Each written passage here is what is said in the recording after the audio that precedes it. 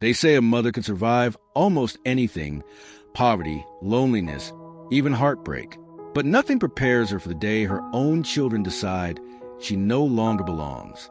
72-year-old Margaret Wilson stood quietly on the front porch of the home where she had spent most of her life. A small suitcase rested beside her feet, while her eldest son, Daniel, avoided looking into her eyes. "Mom," he said softly, "the retirement home is a much better place for you. They'll take good care of you." Margaret looked around the house one last time. Every brick reminded her of a memory. She had moved into this home with her husband more than 40 years ago. After he passed away from a heart attack, she worked double shifts as a nurse to keep the house and raise their 3 children. There were nights she skipped dinner so her children could eat. She sold her wedding ring to pay Daniel's college tuition and worked weekends so Lisa could attend university. When Michael wanted to start a small business, she emptied her savings without thinking twice. She never expected anything in return. She simply believed that one day her children would remember how much she loved them. Instead, they had decided there was no longer a place for her. "I'm sorry, Mom," Daniel continued.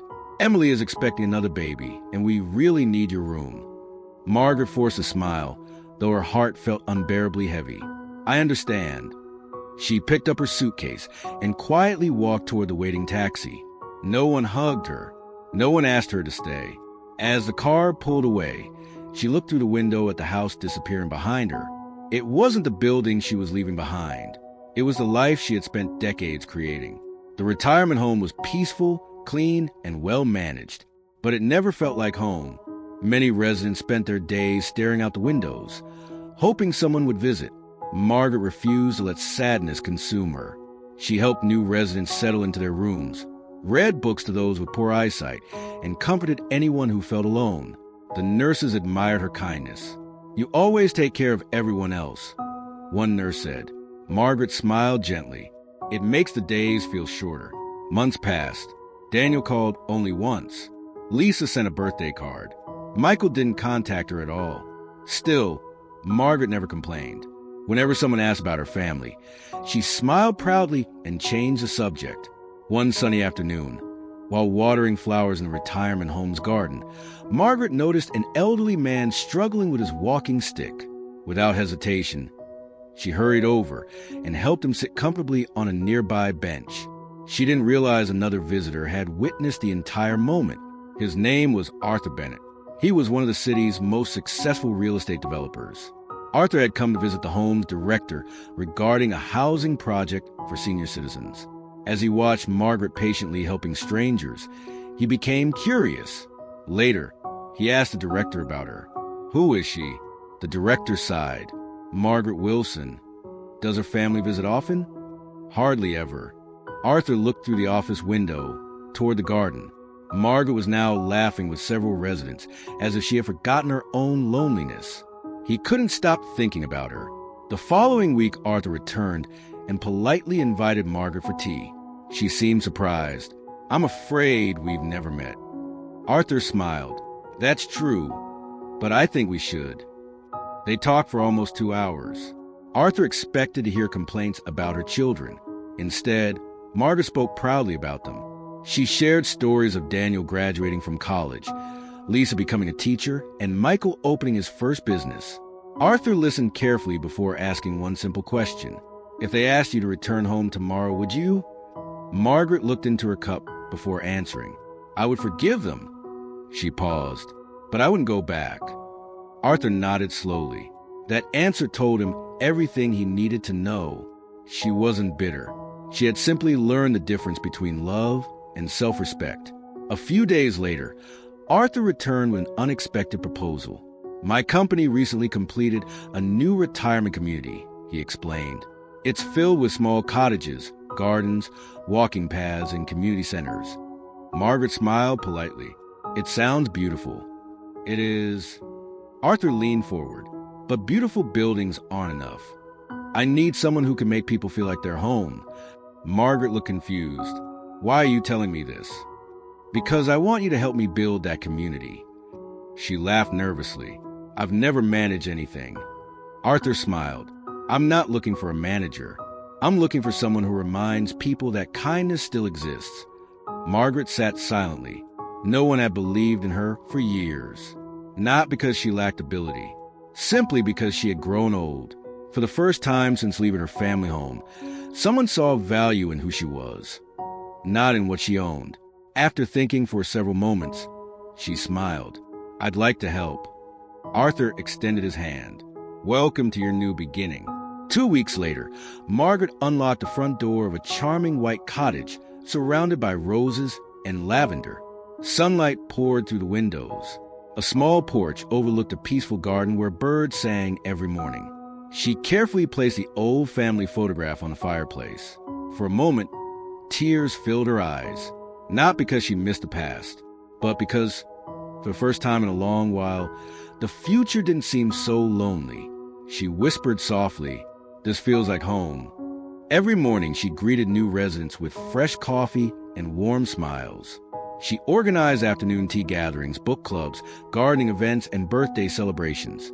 People who had arrived feeling forgotten slowly began smiling again. Children visiting their grandparents stopped by Margaret's cottage because she always had homemade cookies waiting.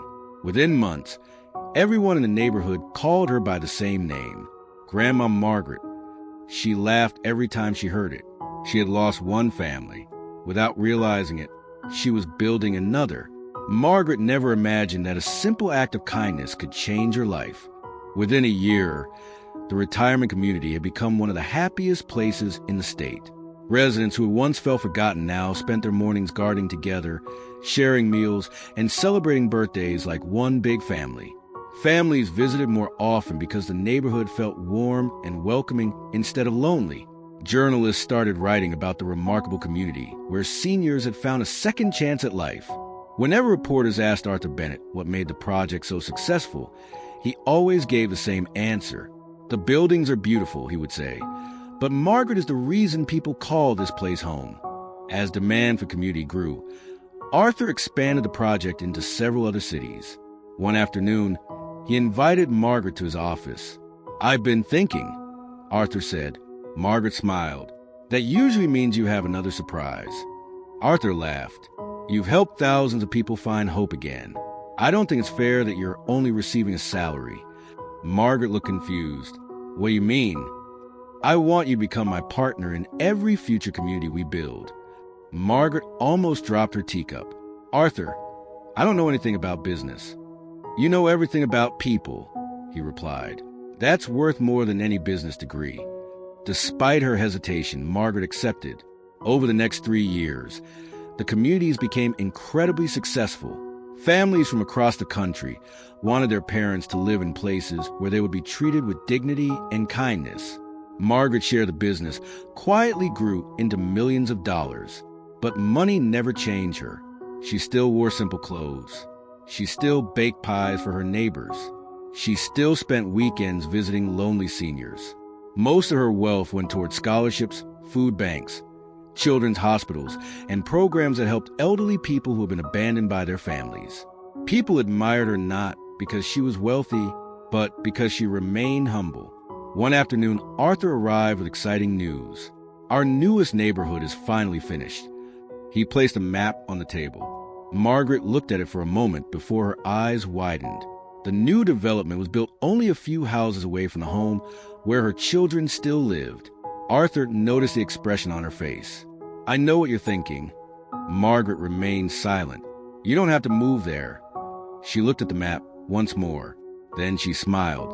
"No, I think it's time to stop running from past." A month later, moving trucks arrived at her new home. The house wasn't enormous, but it was elegant and peaceful, with a beautiful garden overlooking a small lake.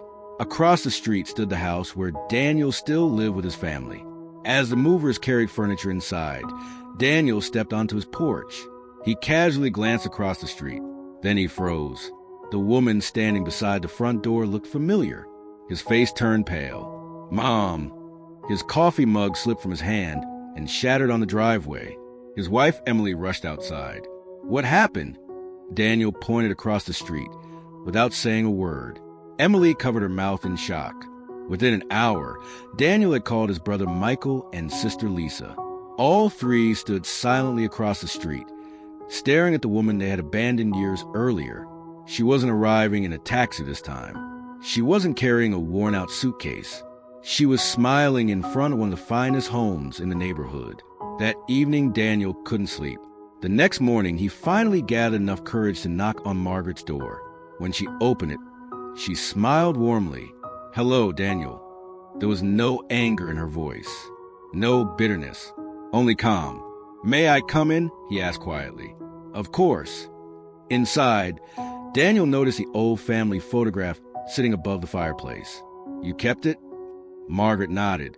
"Those memories are still part of my life." Daniel lowered his head. "I'm ashamed of what I did. I kept telling myself the retirement home was the best place for you." He paused.